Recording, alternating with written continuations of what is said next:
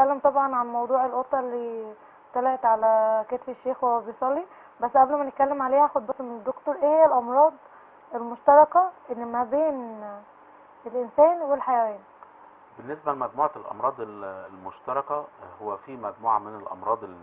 أول حاجة طبعا أشهر حاجة ومعروفة لناس كتير، في التوكسوبلازما أو طفيل التوكسوبلازما، واللي هو معروف أو شائع ما بين الناس، اللي هو إيه ميكروب القطط، أشهر حاجة طبعا. وفي في مجموعة من طفيلات الدم، مش كلها، بعض من طفيلات الدم قد تكون مشتركة ما بين الإنسان والحيوان. وفي بعض الامراض البكتيريه برضو ممكن تتنقل ما بين الحيوانات الاليفه والانسان.